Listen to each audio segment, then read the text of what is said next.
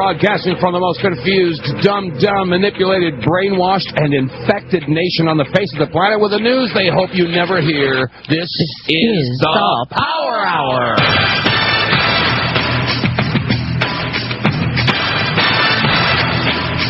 Hour number 3 of today's daily exercise of thinking outside of the corporate cage is now in session. Handing out the brain brushes, stick them in your ears, scrub vigorously, and remove all those years of built-up propaganda. Our guest today, Sophia Smallstorm. She is incredibly gifted. She is an independent thinker. She has connected the dots from chemtrails, which is, by the way, if you haven't gathered, the delivery system, to Morgellons, which is the wiring system, to the control of human consciousness, polymer triggers.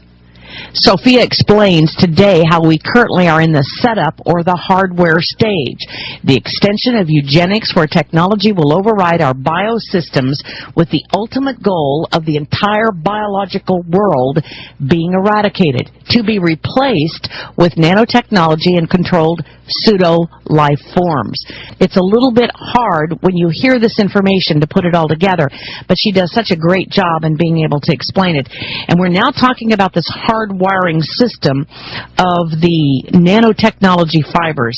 Go ahead, Sophia. We are seeing the presence of fibers. They are in the air when you do your environmental sampling, and they are showing up in people's blood and hair and skin, whether they're Morgellon patients or not. So now the question is, what are these fibers all about?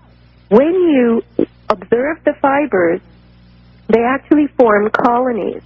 They will form a little, like, hub, and then they'll spin a filament to the next hub that they form. So they're communicating with each other. They're interconnecting. And there is a page on my website called A Researcher's Story, aboutthesky.com, A Researcher's Story. And this man from Arizona has replicated a lot of Clifford Carnicom's experiments and has shown that he sees the appearance of all these different polymer, we could call them organisms, although they're not organic, they're inorganic things. And he named one Fred. Fred had a special shape under his microscope, a distinctive shape. And then when he put Fred with another colony of other polymer specimens, he found that they moved out of the way to accommodate Fred.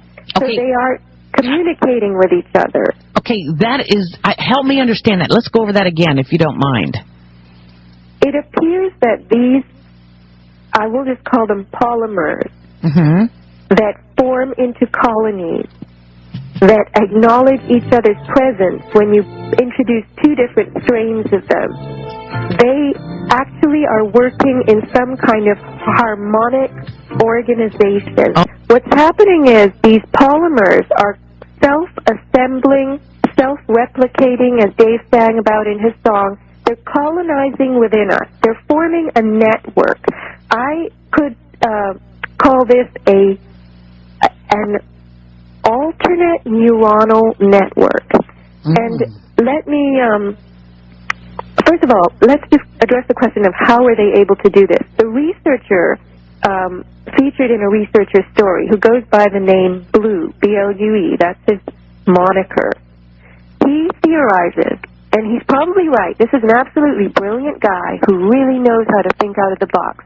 And we've got to get out of the box here, because the box is convention, the box is the matrix that we all live in, and it ain't what we think it is. It's bigger, okay? So, Blue theorizes that these polymers, these nanobots, as they're called, they're like little robots made of plastic.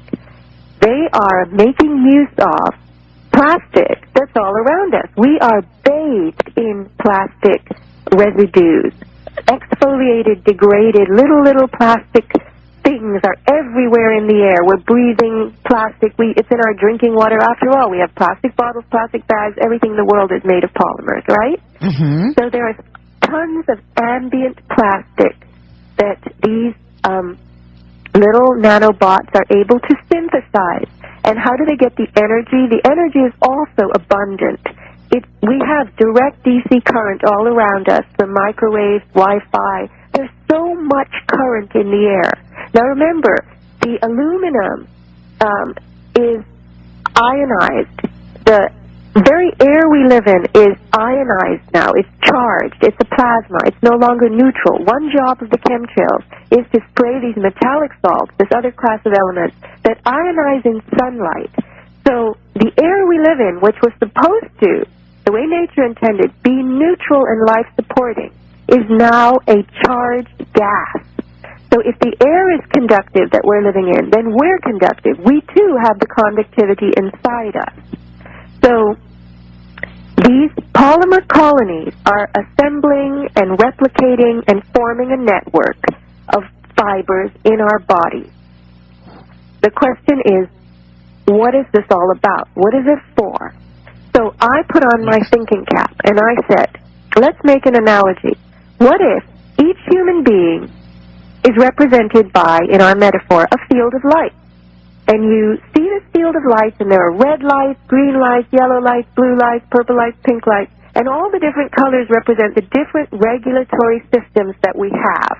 Let's say the red and orange lights are our circulatory system. Yellow and pink lights are our digestive system. The green and blue lights are our respiratory system. The purple lights are neurology, okay?